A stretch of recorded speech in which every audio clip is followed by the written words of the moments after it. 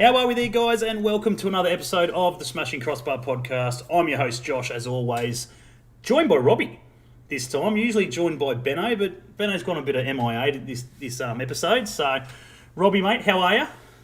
I'm good. We've already got the bets going as to exactly what time he fell asleep.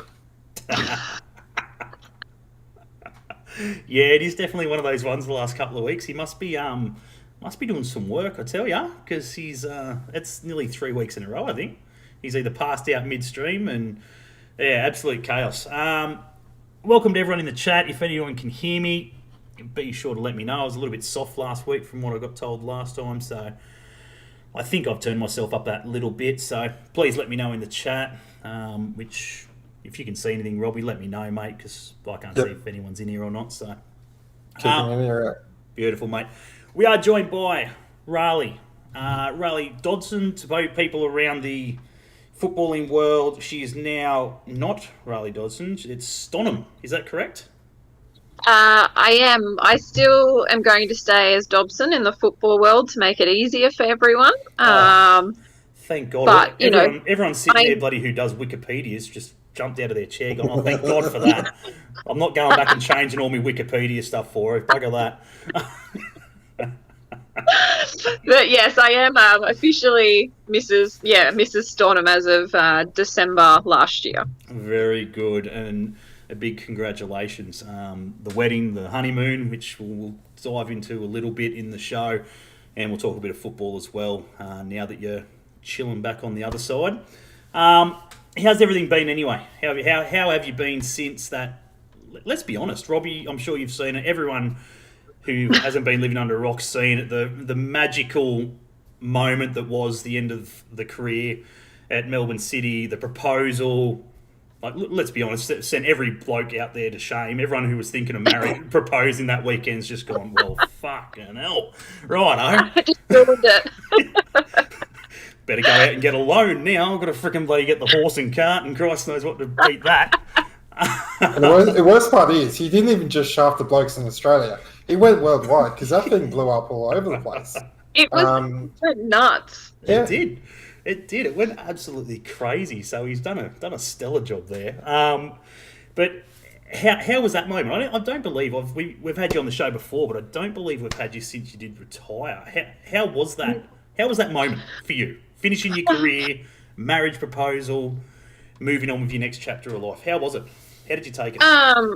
Oh, look, it was, I don't think I could have a better retirement. Like, obviously, it wasn't how I planned to retire, but considering the circumstances, he's my be-all and end-all, so, he's always going to come first. But it was, more than what I anticipated from him. I'd always threatened, I was like, if you propose while we're just sitting at home on the lounge, I'll just look at you and tell you to try again. So I didn't want something, I actually wanted something a little bit special, but he's not really someone who likes to be the center of attention or public speaking. So for him to do something like that, it was a very grand gesture in my final game. And my parents came down as well. They didn't know it was happening until he asked for their permission just 2 hours beforehand. So it was magical. The fact that I scored in my final game. I was actually playing in what was deemed for most of my career outside of, W League. It was actually my normal position. And to be in that finally in the W League was a breath of fresh air, and I actually felt more like myself. So I just remember we spent a lot of time on the pitch to be surrounded by friends. And I was actually really excited, when I was getting carried back off into the tunnel, because I thought, oh my goodness, it's the first season ever in my career for W League that I didn't get drug tested. So I always got like a SADA drug testing me. I'm getting carried off, and I got to the end of the tunnel, and one of them was just standing there, and she's like, Riley, I'm so sorry. And I'm like, it is my final game. You couldn't guys leave me alone for 1 year. And because it was cold and I was like, final game, we're done and dusted. Didn't really hydrate much during the game. I didn't need to. So it took me ever to go to the bathroom. Like, no joke. She's had to follow me around. I've had a shower because I was like, well, nothing's going to happen anytime soon. And then we had the clubhouse that, we got pizzas and everything in. And in the end, it got to the point, I was like, I've sculled 3 bottles of water and 2 Gatorades, and I'm still not going here. And I grabbed Melissa Barbieri. She was drinking a Heineken, and I hate beer. And I knew that the alcohol content had just helped push everything through. So I sculled half of it within 20 minutes. I was sweet. So, yeah, it was a very, it was an absolute comedy act at the same time. But I look back at it, and it was just, it's such a fond memory, not just because of the proposal, but all the fun and the laughs in between. Yeah, it was a memorable career. Let's put it that way. You pretty much, what can we say? Robbie and I sitting here. You were a talent to watch. You were great to watch in the Northern New South Wales W League here and WPL, whatever you call it here. No, let's be honest. Yeah, it's it. You've got to be a talent to get to Melbourne City. They are the pinnacle at the moment with the quality and the ownership and everything else. So you got to be doing something right to get in amongst that sort of that group. So to finish your career sort of there, I suppose you can't sort of ask for too much more, I guess, other than possibly not get drug tested, I suppose. just once. I just wanted to get my signature one more time. That was literally it, I reckon. That's it. Yeah, she had nowhere to be. She's like, look, she's going to take ages. She hasn't done anything. I'm just going to sit here and, no rush. I'm just having pizza, just waiting for one of the girls to do a thing. And, fantastic. Yeah. The joy of being an athlete. Exactly right. Since then, I believe there was a stint at Bulwarra Lawn. Did I read that correctly in the newspaper? Yeah. So I went to Bulwarra Lawn. I just needed, obviously, Matt was going through treatment. I wanted to be really close to home. Yeah. And Matt had played there and coached there previously for the couple of years prior. So I'd train a lot of the time when I was at home with those boys and with NPL clubs. So it was just to obviously help out. Anyway, so I ended up playing. I said to them, like, I don't want, special treatment. So I came in, started off in reserve grade, and then, made my way into first grade within a couple of matches. And then from there, just honestly, it's one of my favorite years playing, actually. Yeah.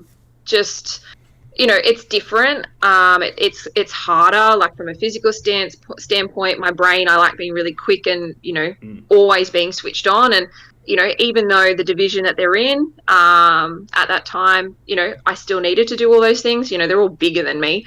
But it was fantastic. Absolutely loved it. Matt was actually coaching at the time, so I was we were a little bit concerned. It was like, all right, how long is it going to take for us to have a blow up here?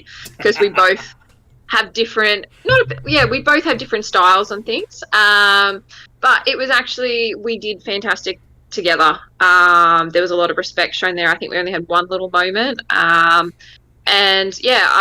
then found out a couple of weeks, I played in the FA Cup, or now the Australian Cup. Yeah. I think 3 times we were in it. We finished it off against Lambton Jaffers, NPL first grade, so we got absolutely hammered. But, that's kind of anticipated given the level, the different levels. But then I had an unfortunate incident, ended up with a broken leg, and then that same week was when COVID came in and shut down the rest of the competition. So it would have been nice if COVID had come maybe 1 week earlier. Yeah.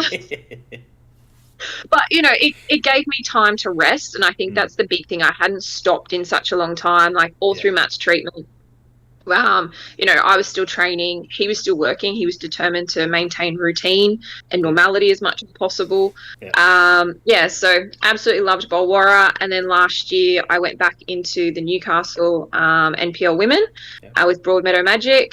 The competition is very different. And, there's not as many girls from not old school, probably more like my generation and slightly below. Yep. So you've got a lot of the younger generations coming through, and they have a different way of playing the game, or how you can interact. So that was a bit of a learning process, but I played as the 10, which that's the other position I absolutely adore playing. And there was a lot of questions. They're like, oh, you're not scoring as much at all. She's getting old. And for me, I'm like, if you actually look at where I'm playing on the field, I'm not playing striker. I'm not playing winger.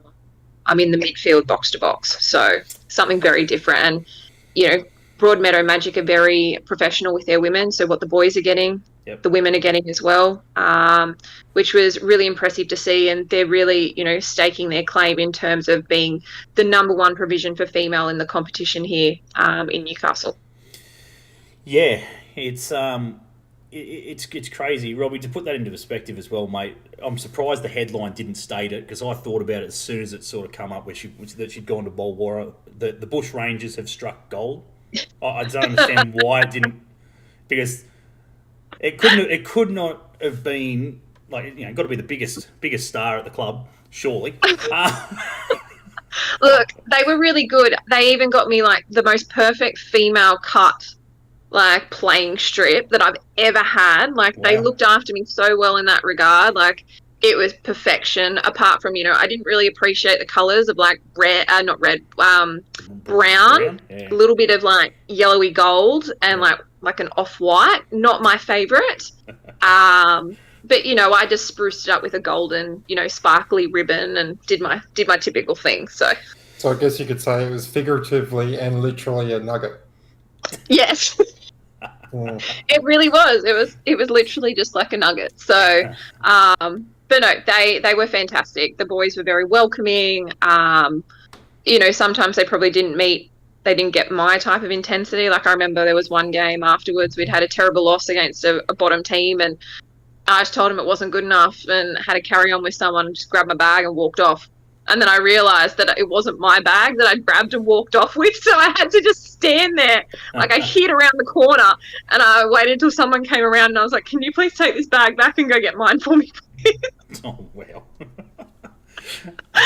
But, what I loved about the Bush Rangers and playing with the men was, like, you can have a blow-up and it lasts like 20 seconds and then that's it. And then you're best mates, and afterwards you're down at the pub, you're having a drink, and then, but with the women, that happens in a game, and you that's it till you're dead. Like, even when you're on your deathbed and in your grave, like, you still hold it against each other. So, but yeah, so that's kind of been the last 2 years. 2 years? Yeah. Wow. Yeah. Since retirement, that's been life. That's been life. So the girls have just started up again this year. Yep. So no rally anywhere to be seen there. What's happening this season? What's happening this year? You're not playing, so... I'm not entirely sure. The main reason was I didn't feel it was right to commit to a club when I was going to be away for my honeymoon for January, February. Yep. And we were getting back like a week before kickoff. So I didn't think it was fair for a club, obviously, or for any of the, the girls. Yep. But I've been doing a lot of media-based work. So I'm writing columns for Keep Up. I'm doing commentary for the A-League W, and I'm also doing punditry work as well now. So that's taking up a lot of my time on weekends. Yep. And I'll admit, it's been a breath of fresh air. I really love it. And it's probably because, I live and breathe football, always have since I was 5. It's my mum and dad. My mum used to always have a go at Dad and I for always talking about it, whether it was like, we're watching clips of, various pundits, or at that time, whether it was Henri or, Graham Souness, Roy Keane. So it's always there. So for me, I just feel like I'm, getting up on a Saturday morning, heading down to Sydney, and I'm just having, the same conversations I'd normally have with my dad over breakfast. Yeah. So being obviously in the pundits box and being able to do your commentary roles, how much of you just wants to jump on that pitch and go, no, you're doing it wrong. I'm going to show you how you do it. Is that still an itch that you're finding even now, or is it something you've sort of gone, that's their time, I've had mine? Oh, look, I still get the itch. So I'm terrible. Like, every week during the season, even this season, I'm just like, I look at where the competition's at, and I'm like, your number one, female national teams in the world, and most of their average ages are like 33. So for me, I'm like, realistically, females are just hitting their prime when they're starting to hit, 28 onwards. So for me, I'm like, oh, I can still be playing. But at the same time, I'm like, no, I've given that up, because a lot of people have been asking me, oh, surely you'll put the boots back on, you'll come out of retirement, there's been a lot of questions raised, and I'm someone that if I've retired from something like I have from a national perspective, I don't foresee myself coming back. I don't think I could, I could never top the retirement that I got as well. So I do thoroughly enjoy the work that I'm doing now. And yeah, I still get the itch. I'm shocking. Like when we were over, we were watching, we watched Hearts v Rangers. So we watched Qual make his starting debut for Hearts, and even sitting there, I just leant over to Matt. I think we were maybe about 54 minutes into the game, and I was like, "This is making me want to play again, really bad." And he just looked at me, and he was just like, "Think about it later." Literally thinking the Bush Rangers will have you. Well, I'm watching. Honestly, we got home, and then the next weekend, the Bush Rangers had a practice match, and I was there on the sideline, like watching. Like I'll be there watching them in the Australian Cup this weekend. The boys are, they always get around me. I get to walk around. I sit there on the bench still, or behind the bench, depending if I can sneak onto it. But no, they're a very supportive bunch, I must say. Yes, Elliot, welcome, mate. He's just whacked in here. The most lethal players I've played against are women, always hard workers, and never pull out of a challenge. I'd have to agree with that. Thank you. So I referee in South Australia, and I have to say I'm more fearful of cards and dissent from the women's game than the men's game because they are just ruthless. I reckon I've actually had a look at my stats. I've given more red cards in women's games than I have in men's, and it's just I watch them going in for a challenge, and I've already got the hand in the pocket. I'm just like, don't do it. I know that's when you're reading something. I remember refereeing sometimes, and sometimes you'd actually I'd actually say to players, you could see it coming, and you'd be like, don't even think about it. Because you're preempting, you can just see, and there's always a vibe. Yeah, well, I was going to say, Raleigh's refereed it. How far up did you go, Raleigh? So I was level 2, so top is level 1, and then I was just coming back. I was in 2013. Wait, 2011, 2013. I can't remember which year it was. So basically, Luke Davies was in charge of obviously all the referees that were coming through for the the A-League and the W League. Yep. And I had a decision to make because obviously they reached out and they said, look, we want to progress you into this way. I was pushing it in the Jets at the time. And I just made the decision I love refereeing. I still absolutely adore it. But I made the decision because I was just so in love with playing and I'd invested so much into it since I was so young. So I stuck with that. But for a very long time, up until probably when I moved to Melbourne, I was still pre-season. I would still, when clubs were short on trying to get referees, they just send me a message and I'd be like, yep, no worries, I'll be there. So I would always do a lot of filling in. Even now I still offer for the lower divisions, like if they're short on refs and they can't get a club ref, I'm like, look, just let me know. I'm happy to come along if I'm available. So I still like to give back in that way and I thoroughly enjoy it. There we go. I'm just penciling that in now, Riley. Of course. Note to self, all age A grade needs not on a freezing Friday night. I won't be. Saturdays. I got out of bugger that. Got to be a Saturday. No way. Yeah, no, that was torture playing Friday night all age last year and then backing up on a Saturday for Zone Premier League. It was hard work. Jeez. Yeah, gave that away this year. It's obviously the shirt I got on now. I'm in my Zone Premier League, played there last year, so nice. Yes, so no, I gave it away this year. Just couldn't keep up with the training and the kids and work and it gets too much. Yeah, well that's it. We got promoted to Zone Premier League Premier Division now, so the top one below State League or whatever it's called now. UFM 2HD League, whatever it used to be called. I was gonna say, look at him talking himself up there. Just got a bit up there, mate. They used to be the days. They used to be the days. I'm just fat and old these days, so stop it. Quickly before we let you go, we've got to talk about Sam Kerr. Big congratulations to her in receiving Player of the Year over there in England. How have you found her progressing? We've got the Women's World Cup here in our own backyard. dominating on the back of FIFA, the video games and stuff like that, killing it in the league and at international level. How have you found her over the last couple of years progressing? Look, she's come in leaps and bounds over in England. She's really capitalised with Chelsea, and I mean, she's got the calibre around there. So she's got the service, which has been really pivotal to her, success over in Europe. I mean, I think the hardest thing for her is they haven't yet got that Champions League title. That's one that she's still missing from the shelf. They're well in contention. And she's such an icon for the female game.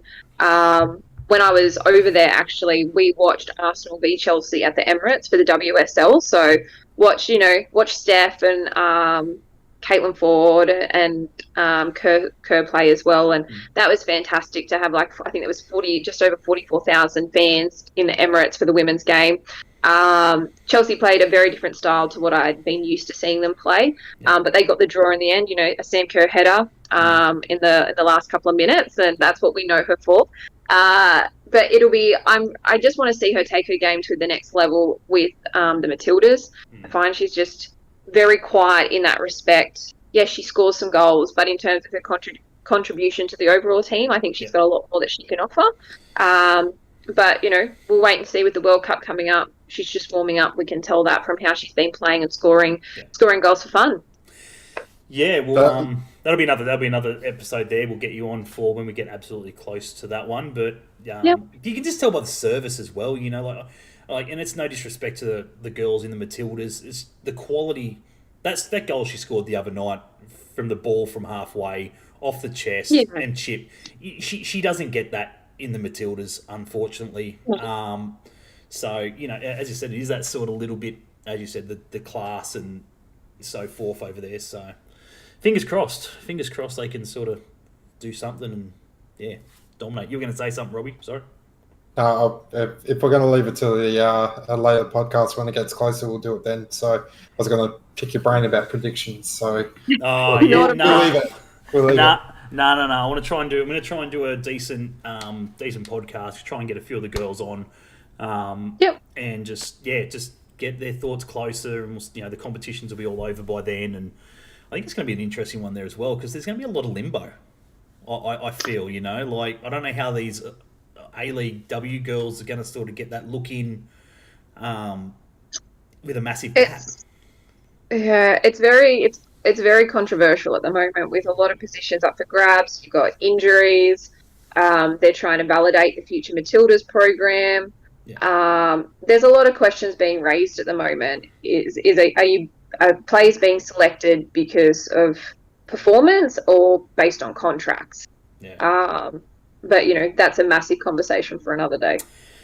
Yeah, absolutely. I sort of thought that myself as well. Even when Emily Van Egg won, great girl, Nova Castrian, you always want to see her do well. But, she got picked and she hardly played any games. And I was just like, I'm sure she's fit, no question. But surely there's girls there getting plenty of game time and that it may be in a well and truly lower division or something. But surely that's got to be picked over sitting on the bench doing nothing.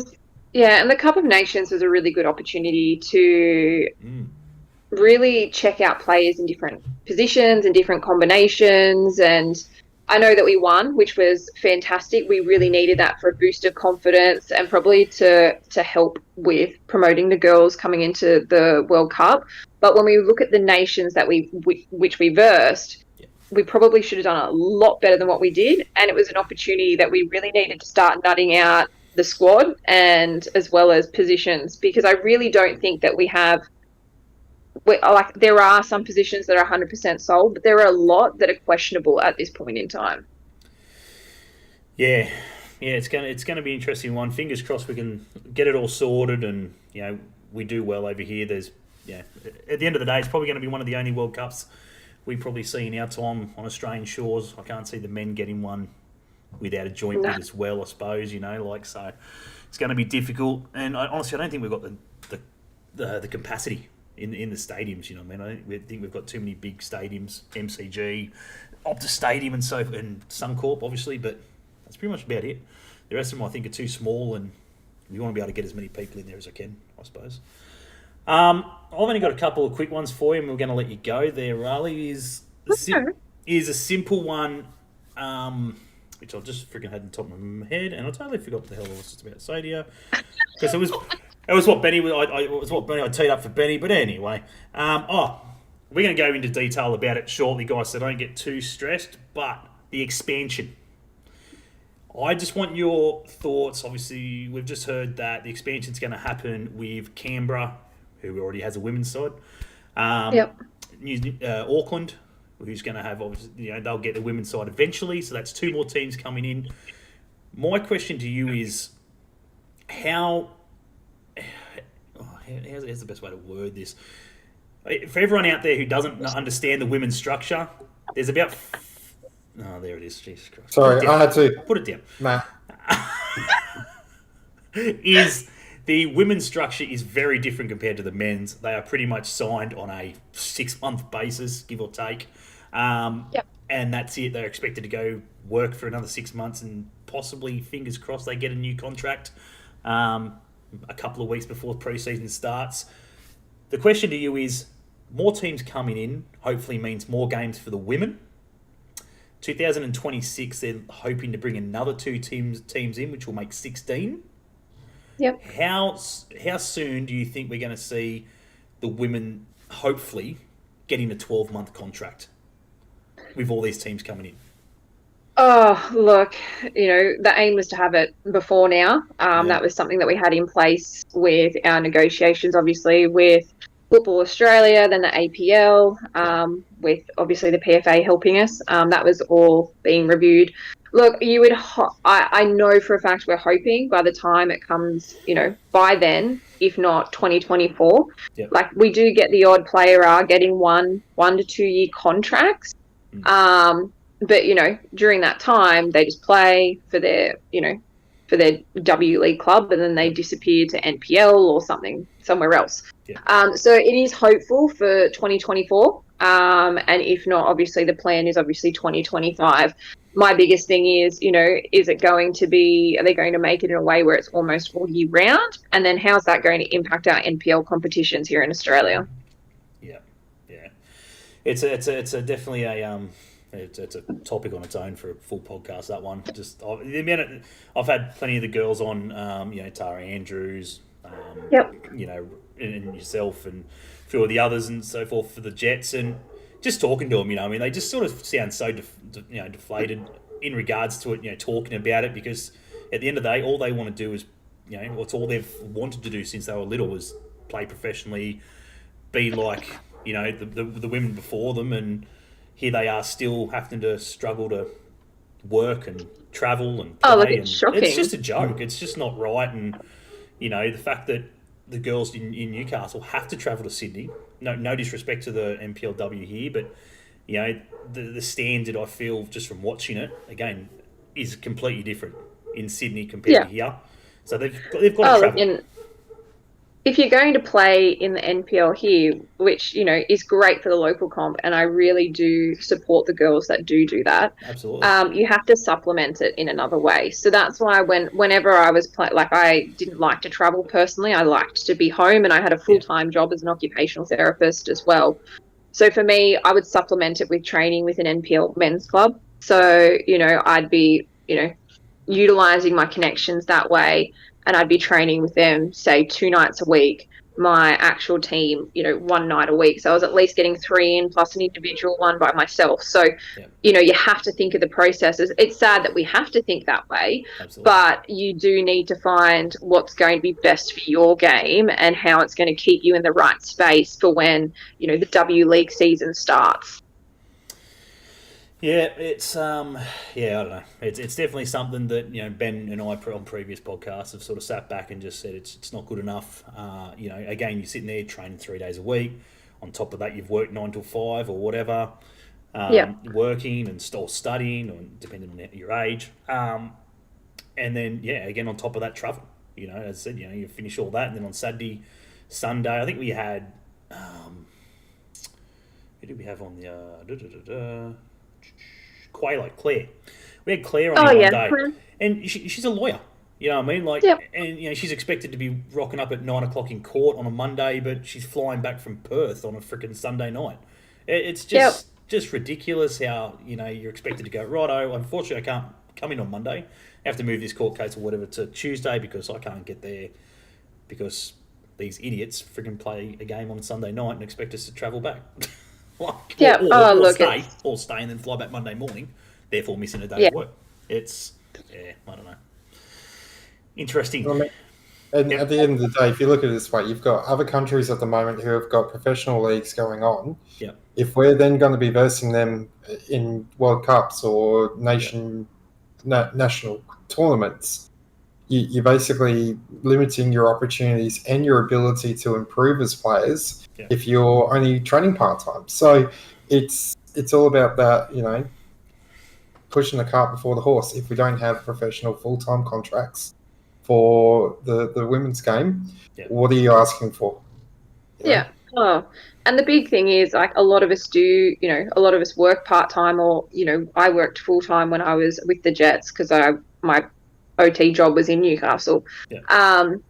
You can't even go, like, you've got to stay full-time, because even if you had a somewhat full-time contract, it was never, like, it's not even a quarter of what I'd get paid in my actual job now. Yeah. So, and even then, so it's one of those catch-22s of, like, do I or don't I? And each club's different. Like, what I experienced at Jets was very different, to what I experienced at City. And it's based on what the club is and how invested they are in their women's team and their department, as well as their players.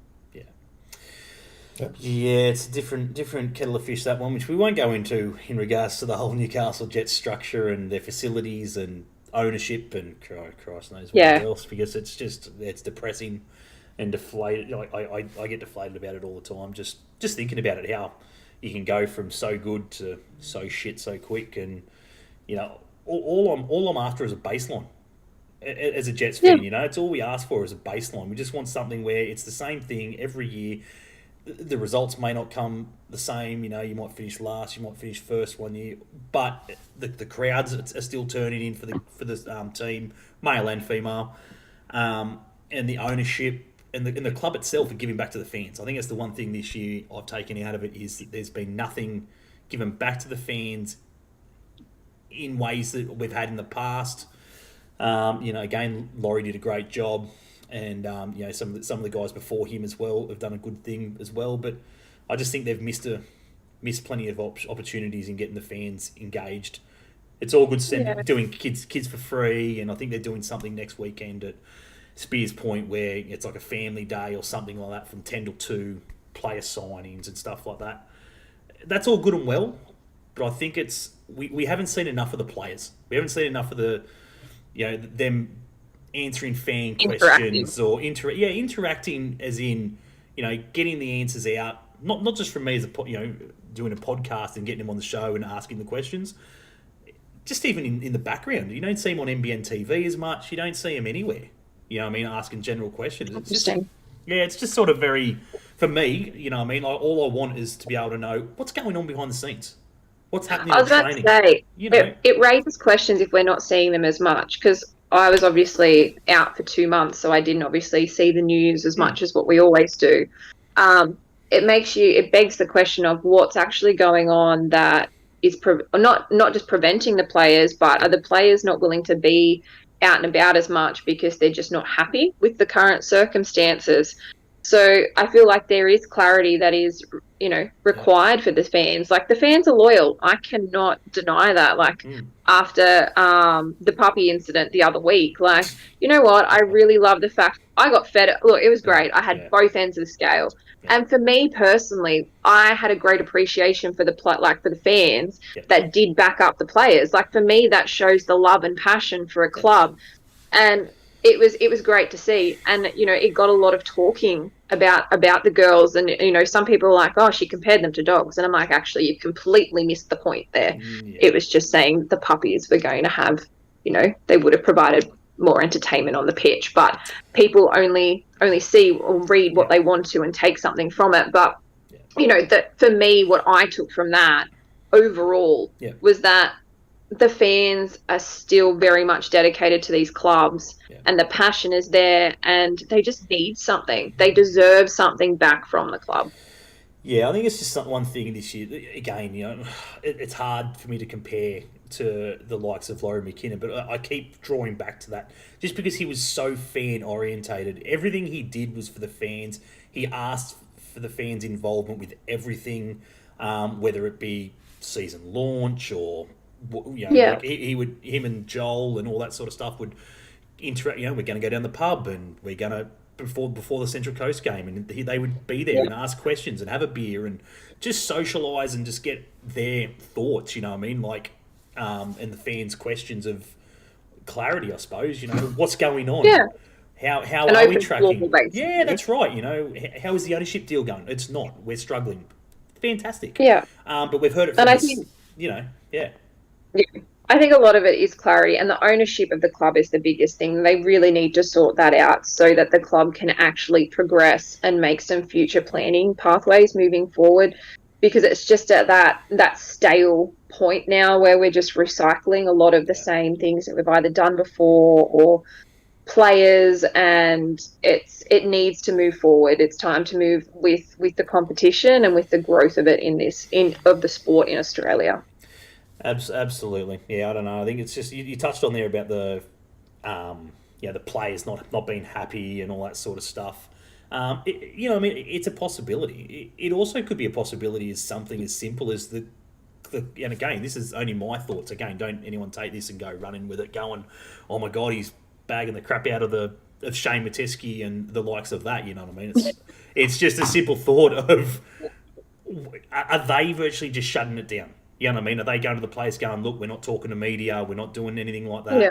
We're just going to stay behind closed doors and just sort of try and get through this rough patch, and then hopefully next year's a different year and so forth. Yeah. You know what I mean? Because again, as someone like from me who's dedicated to the Jets, it's been there since day one. It's been part of the furniture, as far as I'm concerned, since 2005 when they came in, if not before.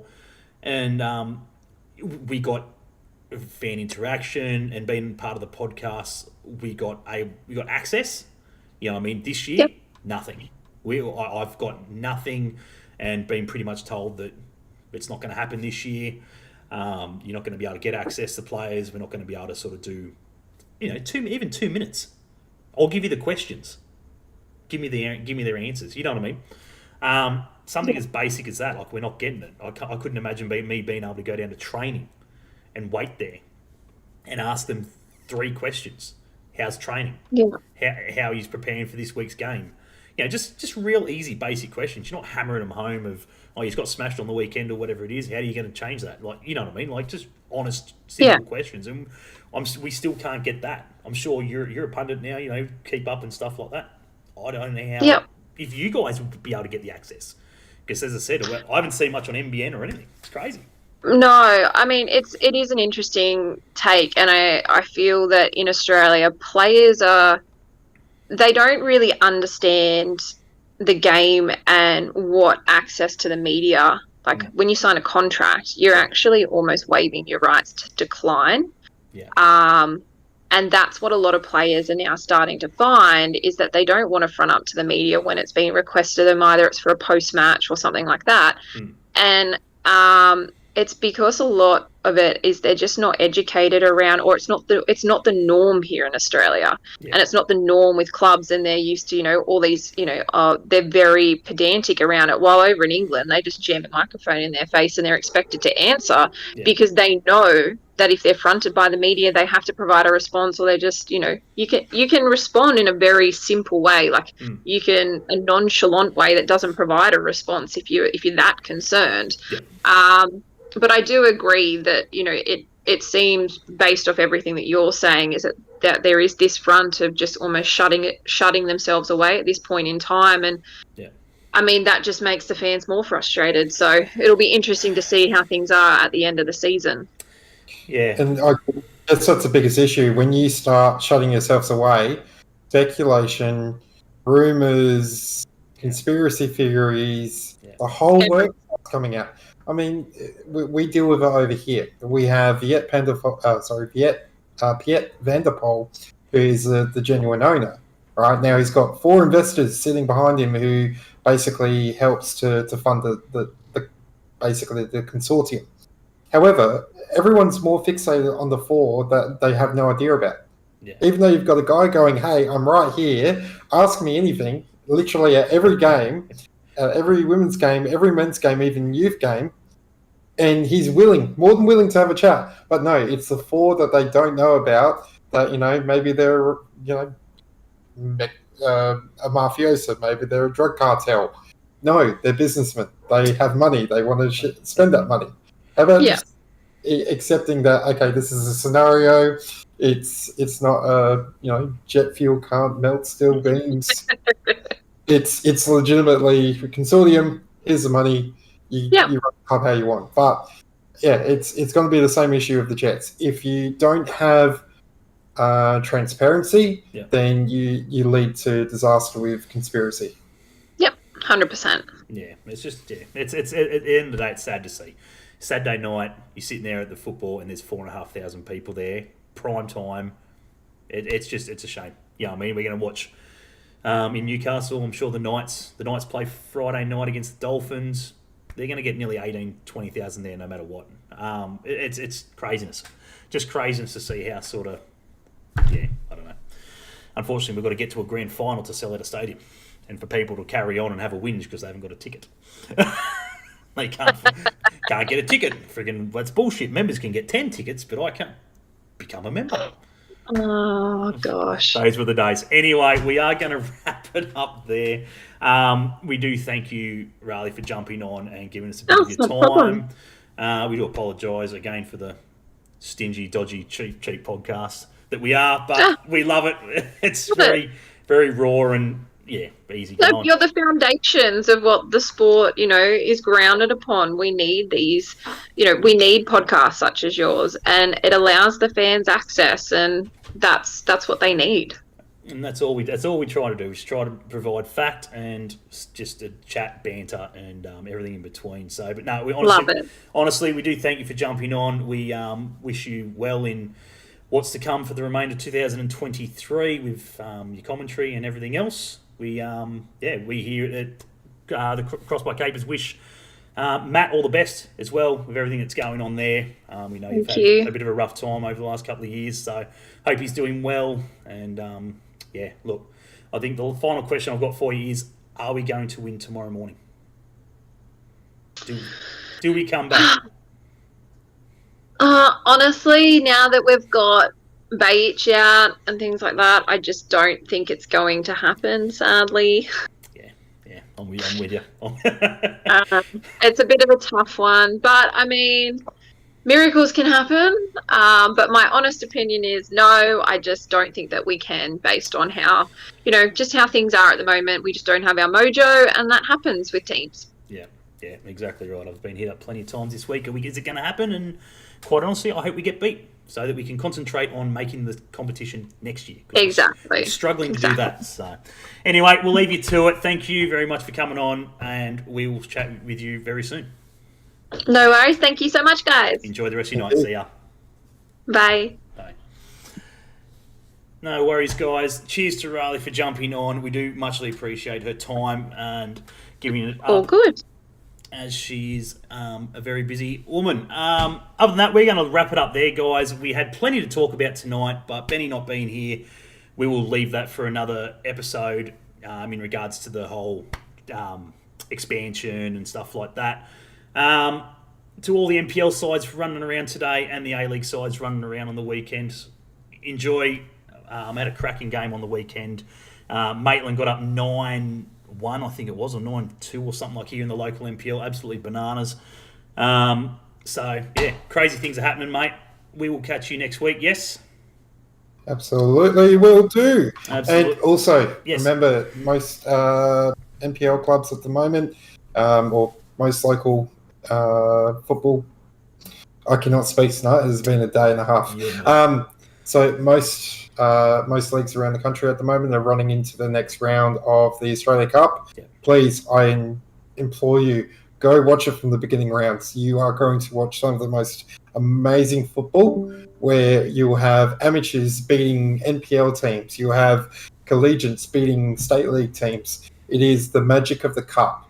All right, don't get me wrong, round 32 onwards, fantastic. But this is where the magic really happens. So please check your local association. Most of them will have the Australia Cup information on there. I would highly implore you to go watch a game this afternoon this weekend, because it's just phenomenal football. I'm glad I'm not the only one who said that. I sort of said that as well. I'm like, how did that even come in my mouth? Freaking this afternoon, Now, or tonight, or later. The only thing I will say is, just in case you haven't already, I am starting to get together a collection of these ready to go to be sent over to Victoria. I'm just going to put them up there. Where are we? Yep. Oh, Okay, so... Yep. All right, so if you do have any spare at home, please send them to someone in need. They can be found at Amy Park over in Melbourne, okay? They really do need these at this really trying time. Oh, wow. Yeah, absolutely. I thought Popper was going to get out of trouble this week, but anyway, he failed me again, mate. Popper, I'm running out of patience, mate. The one that I will say got out of trouble this time, Perth Glory. Yeah. Did you watch that match? Yeah, absolute chaos, eh? After Elsie decided to show us all why he made it overseas in the second minute. Yeah. And can I just state, please? Yeah. Did I not state this last week in regards to a lack of discipline? Yes. And it was like he listened to the podcast or watched the podcast and went, "I'll show you discipline," and then bang, gone. So to pull that out your ass in the 95th minute, don't get me wrong, sort of helped when they both dropped down to 10, but cracking round. It was another good round. Absolutely, it was a cracking round, except for the game against the Jets in Adelaide, which we won't go into any further. No. I'm pretty sure we will. Hang on a second, I'm a little bit thirsty. There you go. Yeah. Unbelievable. I can't believe friggin' we were... Yeah, anyway, that's a different topic. That was freaking. Of course, again, Goodwin's freaking started the issue. I just want to take, actually, quickly, before we do wrap it up, I want to thank Goodsy, because I yelled the shit. I abused him. You do? Okay. So hang on, did you give shit to Goody? Absolutely. Did you give shit to Goodwin? Absolutely abused the shit out of him, and then turns. It's your fault. Stops and then turns and then looks at me and about all the other Jets fans and just goes... What's that? I was just like, you've just triggered the Goody card. Yeah, because honestly, anytime another team gives him absolute shit, he goes out and scores an absolute worldie. Yeah. I wasn't even talking about his performance. I just said how shit he was at FIFA, because I remember him from fucking way back, how shit he was at FIFA, and I don't know whether it struck a nerve or fucking whatever, but anyway, I don't know whether it was at me or because everyone else was booing him when he come over to take the corner. But yeah, I was sort of like, oh, that's a bit harsh. Just get better at FIFA and I'll shut my mouth. But anyway, look, geez. But yeah, look, at the end of the day, we did have a few things to talk about tonight, but we're going to leave it till next week with Benny, because Benny, again, he knows his shit, and it's good when all three of us sort of get into a bit of a... especially in regards to the Socceroos, because I've got my thoughts on that and everything else in regards to the Adelaide boys getting picked. And do you want to discuss that at least now for the consortium? Because that's something you and I can pretty much have a decent debate on, given the fact we have, well, from what we've already discussed off air, differing views. Look, at the end of the day, all right, we'll wrap it up with this one. We'll make it real quick, couple of minutes. The Australian squad's been picked. Happy days. Do I think that the Australian squad has... Do I think that there's anything in there that I would really change? No, not really. No. I don't think you can pretty much do too much to that squad to make it better or worse or anything like that, other than injuries and so forth. But for me, the one for me is the Adelaide boys. I don't know. You know, what do you call him now? What's your nickname for him? Friggin' Couchy. No, not or you're good though. Yeah, what's that? What do you call him? Friggin', what's his? What did you call him the other day? He said something to me the other day, and it was like, Nesta. who? It's either Nesta or Irukunda. Yeah, Nesta. Yeah, Nesta. I don't like it. I don't like it. I don't like it. I just like calling him Kirikunda. I don't like Nesta. I think you should change That's his first name. I don't care. I think you should change it. Oh, I'll let him know and see what he says about it for you. Thanks, all mate. right? Thank you, mate. And just remind Good when he's shit at FIFA. Boy, He can be shit at FIFA if he keeps banging in classics like that. very good. Look, for me, I just think that his age, 17 years of age, we've seen what happens to Australian kids that get selected for Australia at a young age. While still, I feel, is in that boat. He got lucky. He's over at Hearts and overseas now. But again, when he played for Australia, he looked average, really average. He looked lost. He looked 2 steps behind everybody else.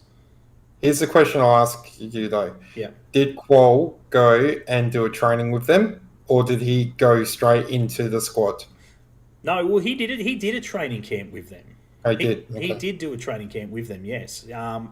There was a training camp he did in Australia and didn't get selected, which is fine. Which I think is good. Like if he's just purely there to train, and so forth, it's fine. I just don't feel that if that's going to be the case and he has to leave Australia to do that, I don't know. Like this one's going to be fine because they're playing here, but I'm talking more when they go to England in a couple of weeks or a couple of months. Yep. I don't think he needs to get picked for that. I will agree with that. I disagree that he gets selected for the actual squad this season. I think that's something for next season when he's a little bit more mature. Yeah. I'm happy that he's been selected for the train on, and the reason why I say this is at the start of the season he had an ego the size of the whole of South Australia. Luckily, Carl Viet recognised that, pulled him into line, dragged him a game, said, no, until you start playing with the big boys properly, you're not going to be on the field at all. Since then, his head's been levelled. It seems like his personal life has sort of settled down a bit. He was actually on the Channel 10 News tonight talking about it and pretty much confirmed what I'd been suspecting, which was he's obviously had these personal things going on. He's gotten his head back into the game and realised, no, this is exactly where I need to be. This is what I want to be. I want to be that star and that exciting player that comes on and just scores worldies. As he said a couple of weeks ago, he doesn't just score tap-ins. Tap-ins are boring for him. So I'm hoping that this gives him the reassurance that rewards come with hard work and dedication. Now, he's been slogging his guts out for the rest of the season since that mishap has happened. Yep. And if you watch him, he has come on with a better mentality. Yep. He's playing as a player we know he should be. If he's making a mistake, he's not just dropping his head. He's going back and he's cleaning up his mess. There was a goal he scored, I think, 2 weeks ago. Very same thing. He's turned it over in the final third when stuff this has gone straight at that player, has he won the retaken the position, won the ball, and then has scored another banger. Yeah, it's good. Yeah. If that was 6 weeks ago, he would have dropped his head. He would have gone and done something stupid, gotten himself booked for no reason apart from the fact of sheer frustration. So yeah, I don't know. It's just a tough one. I think he's doing great things at Adelaide, and I think as you said, Calvert is doing great things with him, and I don't want to see that being affected. In him going into a camp, especially with someone like Graham Arnold, who is ruthless. He's a ruthless coach, and he don't give a shit where you play, who you play for, how many goals you scored fucking in the last 6 weeks, how many clean sheets you've made or whatever it is in the goalkeeper sense. At the end of the day, he expects you to come into camp and do exactly what he tells you to do. And I think nearly everybody, we've seen it, I suppose, everybody has got on board with that. As much as people want to bag Graham Arnold and stuff like that, and again, he's not my cup of tea overly, but he's got the results. He's done well with what he's got, and let's be honest, with what he's got isn't a great deal. Do I think the goalkeeping decision in the World Cup was a good idea in taking friggin' Langerak over there, but now nowhere to be seen?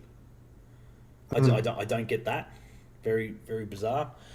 Robbie's gone friggin' MIA as well. Love it. I'm still here. I think something's happened with my camera, but That's all right. But yeah, so you know what I mean. At the end of the day, look, it is what it is. We can't change the decision. Hopefully, it doesn't sort of change too much for him in regards to when he comes back from the training camp. I have no idea whether he's going to miss games because of it. I have no idea. So yeah, at the end of the day, time will tell, and at the end of the day, it will be it'll be a great learning experience. Don't get me wrong. Yeah, it's going to be great for him to be able to go there and learn from these great players. You know, he's got Craig Goodwin there, who I'm sure will take him under his wing, which I said to you is probably not a good thing because I think Craig just needs to worry about his own do his own thing. We've got Craig Goodwin. We've also got Gauchi. Right, so Gauchi's been playing with him for a number of years under the NCC. He's also been playing with him, throughout that phase. So it's not just that Nesta is going over there and only knowing Goodwin and having Goodwin using, basically having him as a babysitter. I hate to use that term, but let's be honest here. I think Gauchi has a lot of. He's 22, but the kid's got his head on his shoulders. There's no other way of saying it. No. So for him, I'm actually really, really proud of Gauchi.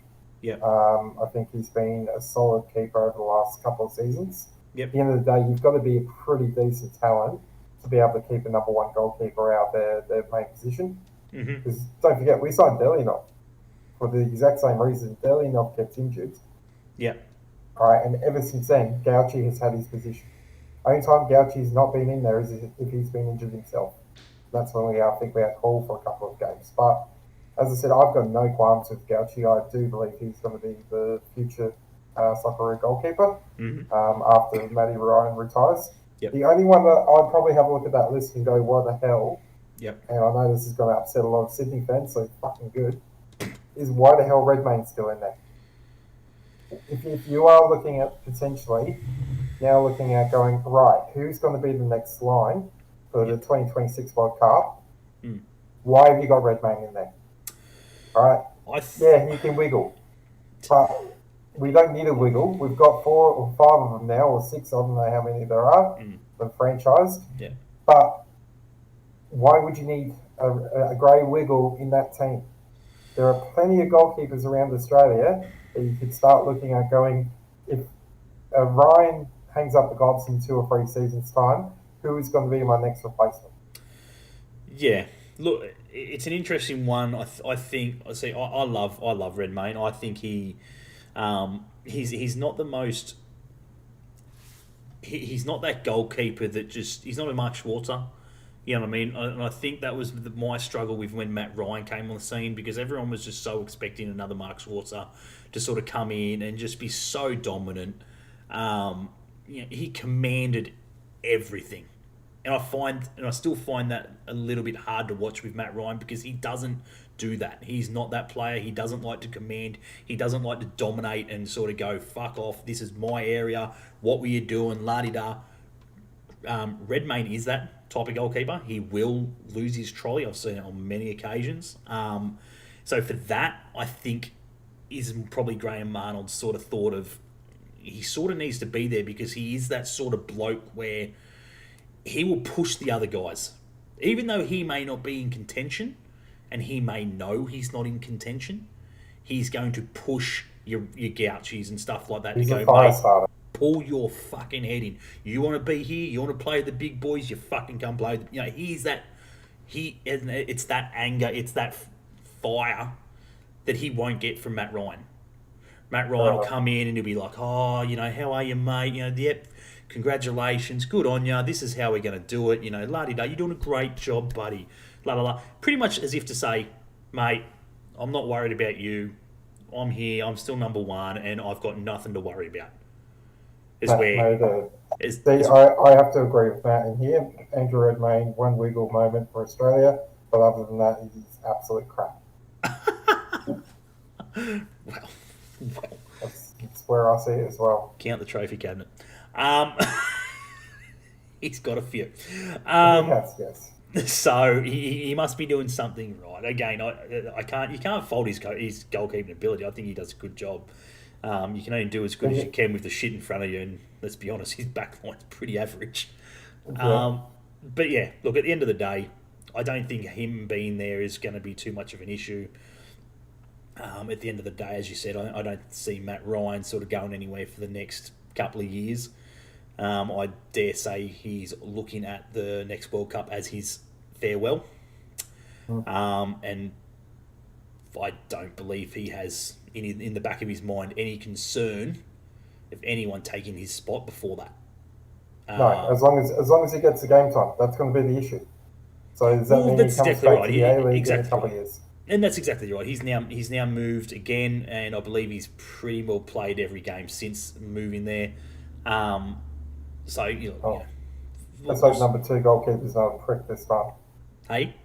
Let's hope his number 2 goalkeeper isn't a prick at this club. Yeah, lose his shit and then he fucks off and then bloody sort of apologises and you went all right on the World Did he Cup. actually apologise? Yeah. I thought snide comment after snide comment. I'm like, mate, you have to have the biggest.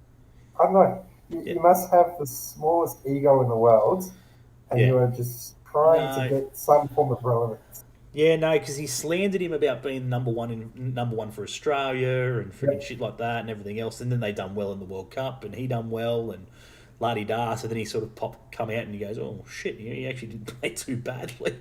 I thought he took some pot shots after we got beaten by Argentina. So Curtis, no, not it wasn't him. No, he came out, he came out on Instagram or whatever it was, and so he apologised without saying fucking I'm sorry. You know what I mean? You're not as shit as I thought you were. So you're only half shit. Exactly. Anyway, we're going to leave it there, guys. It is just ticked over the hour. We do thank everyone for jumping on tonight. We do apologise for another MIA of Benno. If you do find him, kick the rock over. Make sure he's okay. Let us know he's alive, and kick him while he's down before he gets up. Everyone just starts smashing his friggin' Facebook and his phone and shit like that with like emojis and friggin' notifications and fucking whatever.